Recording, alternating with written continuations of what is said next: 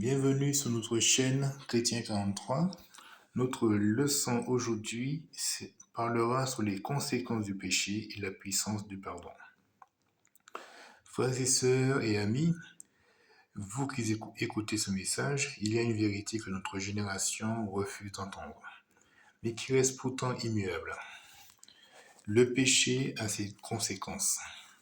Aujourd'hui, on veut faire quoi? On veut minimiser le péché, le justifier, le redéfinir.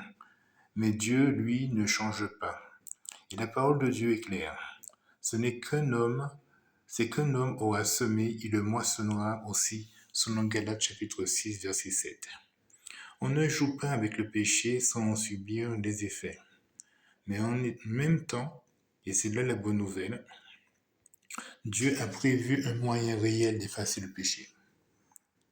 Donc notre premier point, le péché, une réalité que personne n'échappe. Et quand je dis personne, aucun humain. Parce que Romains chapitre 3, verset 23 nous dit que tous sont péchés et sont privés de la gloire de Dieu. Personne n'est au-dessus de ça. Ni le religieux, ni celui qui fait le bien, ni celui qui connaît sa Bible par cœur. Le péché, ce n'est pas seulement voler ou mentir, c'est désobéir à Dieu, vivre indépendamment de lui et refuser sa volonté, et même un seul péché suffit pour nous rendre coupables. Le péché a des conséquences inévitables, bien sûr.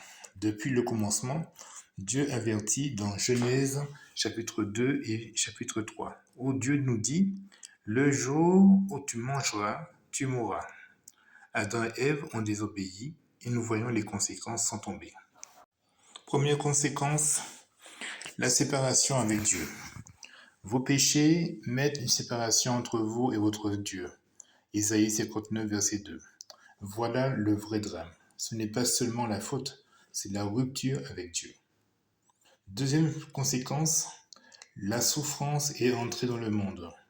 Genèse 3 nous montre quoi?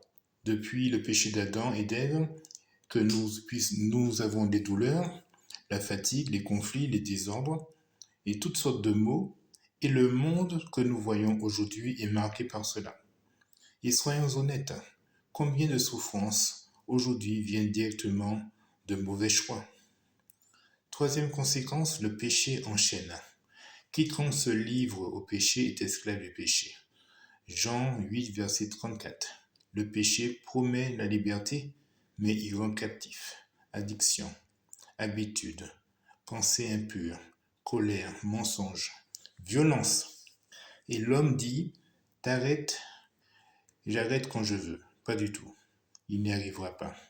Et le péché, quatrièmement, il amène où? À la mort. Le salaire du péché, c'est la mort, selon Romains 6, verset 23.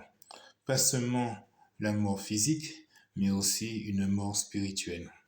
Condamnation éternelle ensuite. Et c'est vraiment une situation sérieuse.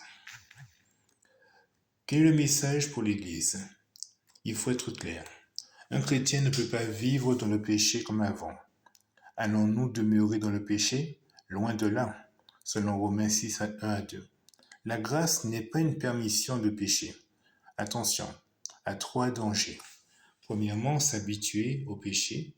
On ne le voit plus grave, on le voit beaucoup, surtout le justifier, que Dieu comprend. Ensuite, le cacher, vie double, et aussi que Dieu voit tout.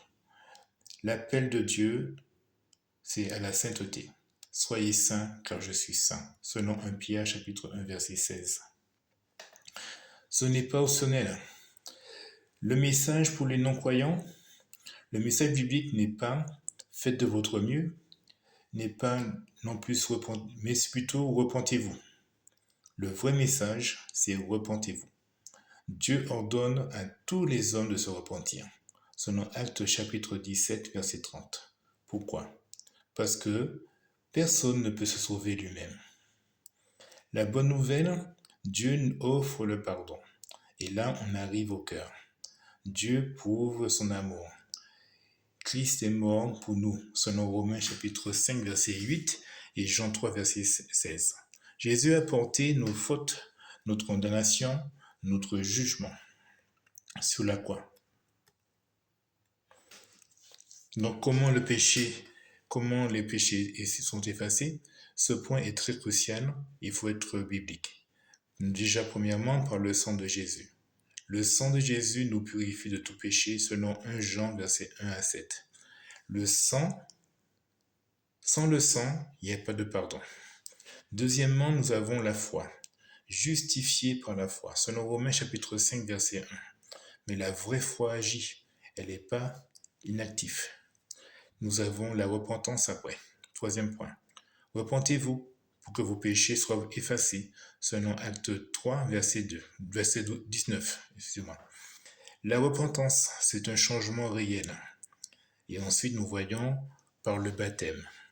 En Acte 2, 38, après que les Juifs de Jérusalem aient posé la question, « Frères, que ferons-nous » Voici la réponse de Pierre. Soyez baptisés pour le pardon de vos péchés. Sois baptisé et lavé de tes péchés, en Acte 22, verset 16 pour l'apôtre Paul. C'est un moment clé où Dieu agit. Pour le chrétien qui tombe, même un chrétien peut tomber, bien sûr. Même après le baptême, nous pouvons tomber. Personne n'est parfait, mais il ne doit pas rester à terre. Je comparais cette situation à ce que après le baptême, nous marchons avec Christ et que nous tombons et que Christ, justement, nous tend la main. Et c'est à nous, justement, de recevoir sa main, de récupérer sa main pour nous relever. Mais nous pouvons la refuser. Si nous confessons nos péchés, il pardonne, selon 1 Jean, verset 1 à 9. Pas d'excuses, pas de justification, mais confession, abandon et retour à Dieu. Le pardon de Dieu est total. Quand Dieu pardonne, je ne me souviendrai plus de leurs péchés, selon Hébreux 8, verset 12. C'est effacé, pas partiellement, pas provisoirement, mais totalement. En conclusion, il faut choisir. Continuer dans le péché avec ses conséquences, venir à Christ et être pardonné, on ne peut pas avoir les deux. Pour celui qui n'est pas sauvé, je vous invite à vous repentir, à croire en Jésus, soyez baptisés et recevez le pardon de vos péchés. Et pour le chrétien, examinez votre vie, nous devons examiner notre vie. Ne pas tolérer le péché, revenir à Dieu sincèrement et sachant que Dieu est saint et que le péché est grave, mais la grâce est plus grande.